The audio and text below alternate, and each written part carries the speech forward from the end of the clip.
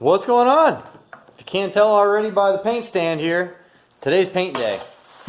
Today I'm going to actually show you guys how I actually try and get these parts painted and whatnot, and I'm trying to help out a friend so that he can make it to the Wicked Big Meat show this Sunday. So he gave me some side skirts, basically had them shipped to my house. I've got them now, and I've got a day to get them done. So if I can get them sanded and painted and whatnot, he can have them for tomorrow, and that way he can head up and yeah, basically look a little bit better. Everybody wants to have their car look better, right? So with that said, I'm going to try and bust my ass for him today. We're going to take some STI side skirts and we're going to paint them silver. They're black. So with that said, stay tuned.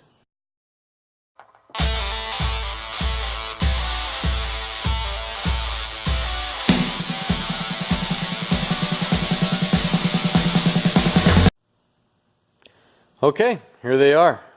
They are used, obviously. You can see from the previous owner has, used a jack in the jack points on the pinch welds. Again, guys, you are not supposed to jack up the car on the pinch welds, and this is what happens. So, anyways, I'm gonna have to go across and I'm gonna run some heat on it. I'll see if I can straighten out the majority of it. Obviously, you're never really going to see it. It's gonna be flipped over, such as so, and yeah, but. I kind of want it to, be better than what it is. So we'll go the extra mile. We'll put some heat on there. We'll straighten this out, and then we'll let it cool. Once it cools, it will actually stay in place. Right now, it just wants to stay in the contoured form that it's in now because it's been pressed there by a jack. But with that said, we're going to go ahead and move on with just taking a look at everything, a little visual inspections to see what I really need to focus on. And there's just a little bit of scuffs here on the bottom. We're going to have to sand this out and get this prepped out. So the first thing I'm going to want to do is I'm going to want to hit it with some 180 grit. I don't want to hit it with anything coarser than that because it's a polyurethane. It's soft and we really don't want to manipulate it too much. So with that said, we're going to go ahead and basically feather out a lot of the scratches and gouges and whatnot. There really doesn't seem to be too much, mainly just on this one side skirt here alone. So we'll go ahead, we'll start doing that. We'll get everything feathered out because everything is really all in the prep. Now I'm being really serious right now. You want to make sure that you prep these products the correct way because once you paint them, you will see your imperfections. They're there forever. It's not something that you're going to be able to buff out. A deep scratch or a gouge and whatnot, it's always going to be there. So paint also doesn't fill gouges and it also does not fill scratches. So on to the clear coat. Clear is very thick. It's, yeah, it also does not fill gouges and it also does not fill scratches. So, that's why I'm so adamant about the prep work. It's all in the prep work. The smoother the product is, the smoother you can lay the paint out. That surface is not going to change by adding paint to it. Paint has such a very, very thin, minute mill scale. And when I say mill scale, I mean thin, like paper, like mill. So when I say how much mill thickness is on there, that's what I mean by that, like almost like paper. So with it being so thin, it's not going to fill a gouge. Primer fills gouges, filler fills gouges, or you can basically sand out a lot of the contoured areas that have gouges and hide it just by the naked eye by plateauing and flattening everything out to the same desired flatness, I guess you should say. But yeah, with that said, without rambling on and boring you a little bit, let's sand some side skirts. Alright, so we're going to start out with some 180 grit here. Got the DA, and most important part, get yourself a respirator, guys. Don't be breathing this shit in. That's for fools. Alright, so I swapped them over. I'm going to go ahead and I'm going to start with the worst side skirt here so you guys can get a general idea of what I'm going to go ahead and do with the 180 grit. This being the worst gouge that I can find here, I'm going to give you a general idea of what it's like in the stages of just sanding it out. Okay, so same exact spot. What I've done is I've started breaking it down by taking the paint down, and you can still see slightly the gouge here. Now, it being polyurethane, I've already taken a lot away and it's pretty smooth, but as you can see that the gouge and the scratch here is still prevalent. So because of that, and we're still able to see it, we're going to go ahead and continue to either sanding it out being one option, two option being you can actually put a polyurethane filler over it, much like an icing that will just fill just the scratch or gouge. And three, you can actually fill it with a 2K primer. Now, I wouldn't go with 3 just for the sheer fact that you have shrinking that does occur with polyurethane. Now, it's going to shrink because this is soft and this is malleable and moves. So eventually over time, the UV rays from the sunlight will expose this gouge over time. It will shrink back into that. So now we'll go with the second option with polyurethane filler. If we were to fill it and then sand it smooth, then put the primer over it, we wouldn't have an issue at all with swelling because the actual gouge itself would be filled. Now with the first option, you could actually sand this out, not have any icing, any filler, and then we could actually hit it again with a finer sandpaper, go straight to 320, 400 grit, and actually go to a paintable surface without having to do any other steps.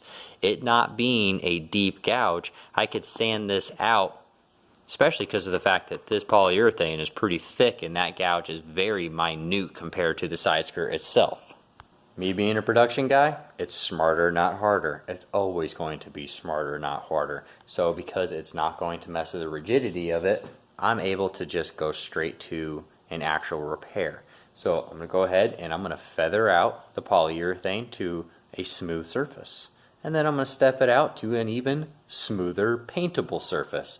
We're going to add a plastic adhesion coat over it and go straight to paint. And this is nice. Now, if that was a deeper gouge, you by all means would have to put some kind of polyurethane icing into it.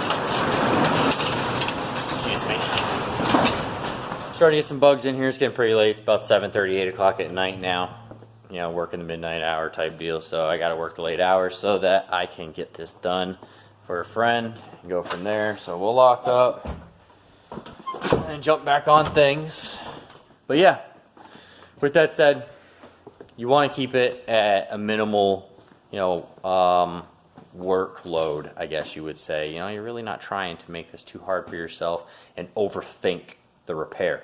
A lot of the times it's very simplistic. It can be done very easily and pretty fast majority of the time. So I'm just here to just try to teach you as best as possible that you don't have to put extra materials on there, waste all that extra money and whatnot unless you absolutely have to do so. In this case, these side skirts are in really good shape, so we're just going to sand them out. You know, this should work out. You know, if I have to, I'll seal them with a little bit of primer. I can sand that primer out probably within 15-20 minutes, considering the fact that it's literally almost 90 degrees right now because it's summertime and it is what it is. So with that said, I'm rambling again. It's time to sand these things out. I'm going to go ahead. I'm going to sand them out. There's no real reason for you to watch me sand these things because that's boring.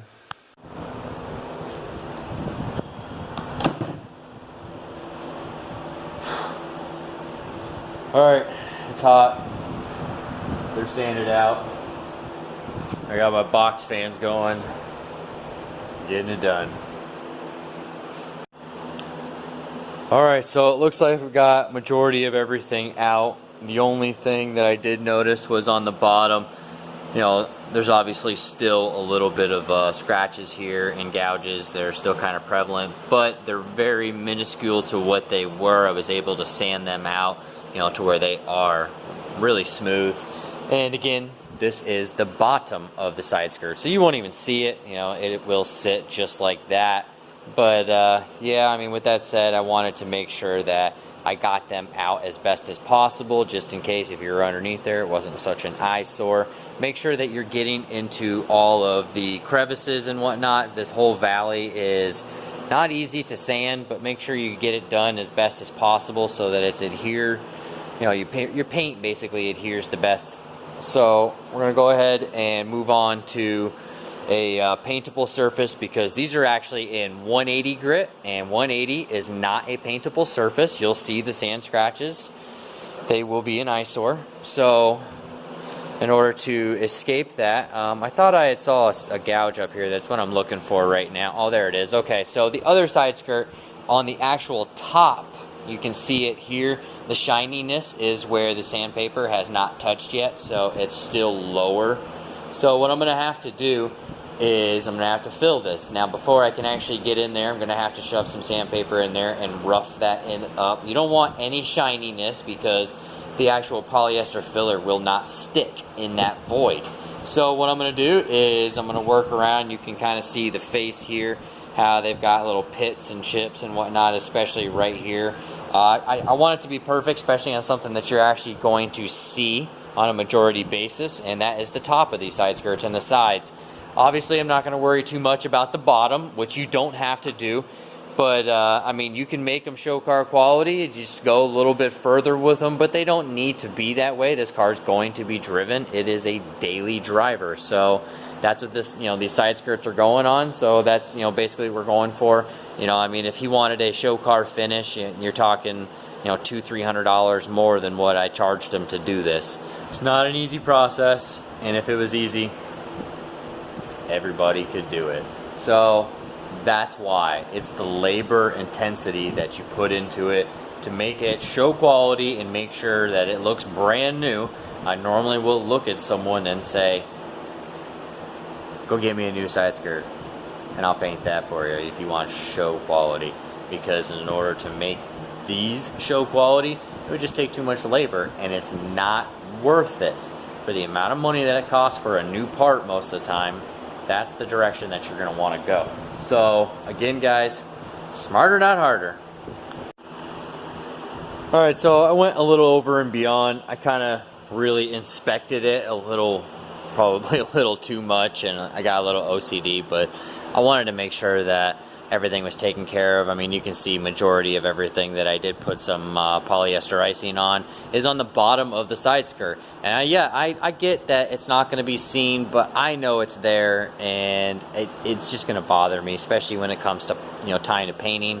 One thing that I really don't like, and a lot of painters, actual real painters, do not like to paint scratches, gouges, and dents. We don't like that shit. So it bothers us, if we're going to make something pretty, we don't want to make it look like, it makes us look bad. We'll just put it that way. So do your prep work, right, preppers? So here, I've gone on the top. This is the top edge. I found actually on the edge there was a dimple here. I went ahead and corrected that with a little bit of polyester icing, and same here as well. And then that scratch here, and then the face here as well. So when I say polyester icing, this is actually not the normal icing that I normally get, but this has actually been working really well for me. Damn bugs, yeah, it's late. But yeah, I like it, and it seems to form and contour. I actually gave it the flex test, the best way to do it, to flex it, actually flex that thing right over, and you see that there is no cracking. There's none. That's what it's designed for, guys. This is designed to flex and move and have curvature, give and whatnot. And no, you're not supposed to put it on there a 1/4 inch thick. It will break. That's not right. You're not supposed to do that. So I tend to put it on the correct way. I like it to where it's transparent. So here you can actually see that gouge. Here's that gouge. It's actually filled. So what I do is one pass across. I make sure that I put nice even pressure, because you want to be able to push down pretty good to fill that crevice there. And then I actually scrape. And as you can see, I've scraped it all off, and it just leaves just the gouge filled. Now this saves me a lot of time when it comes to sanding this off. So instead of having all of that mill thickness of filler sitting on top of this, because we're only trying to make that gouge the same level as the polyurethane itself. So when we put our hand over it, we don't feel that that little bump there. So with that said, there's a lot less that I have to sand off. Damn air compressor. And we're back. So now you can see once all the area has been sanded nice and flush, Just the gouge itself is filled. And you can also see all the rock chips around as well are filled as well. So those are the big rock chips. They got glazed. You can see the majority of the portion here is all level. You don't have to worry about that. At least it'll be a lot less than it was, which, you know, I'm happy with because it won't look so bad. Now, same thing over here. You can see all of the rock chips have been filled. Now, having to sand all of that out would take an excessive amount, and really I would probably start with an 80 grit, something high, to even get into that, you know, but really you don't need to do that. Just stick with something low, a nice 180 grit. You can see here again, all of the rock chips are also filled, and I've sanded out all the polyester filling, or icing, excuse me. So when this flexes, you'll know that that will flex with it as well. So now we're going to go ahead and move on to putting this to a paintable surface, because again, it's in 180 grit. We'll get it to a 600 grit finish, and then we'll start getting this thing ready to paint. Well, with it being so late and so hot, and I'm so tired, I quit, you know, so we'll pick this up tomorrow. Alright, it is the next day. And I'm sorry guys, I really should have filmed a lot more than what I did, but I ended up already spraying them. I got them done. I needed to get them done. I really didn't have the time to vlog it, and I'm sorry for that, but let's zoom in and see how Billy did. Alright, well, I'm really happy with the finish. Everything laid out really nice. You know, you can see all the way down and throughout. It's really flat. There's no bunching of the metallics. Everything looks uniform and silver throughout, which I'm really happy with. And you can see that the sheen and the shine is really flat. You know, let me see if I can get in. There you go. Right on that edge there, you can see it really well. There's very minimal orange peel. And that's the way I like it. High pressure, I like it. A lot of air coming out, high volume. Keep it in real close, move quick, keep it flat. As flat as possible.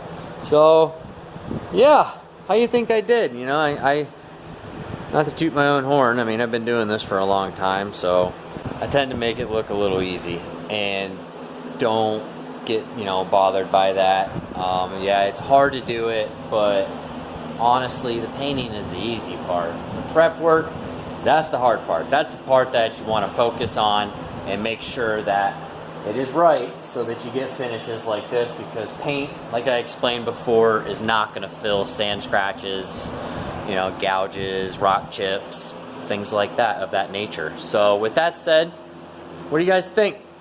If you guys can, drop a like below, share my videos. I'd greatly appreciate it. I just recently hit 1,000 subscribers a while back, and now I'm really trying to focus on getting the channel back up to speed. I haven't been uploading as much, but now I'm focused on getting back to that. I've got, you know, basically, I got my shit together. So with that said, stick with me. I'm Bill Schneider. This is Rummel Garage. I work on only cars with the stars, Subaru only. Have a good day.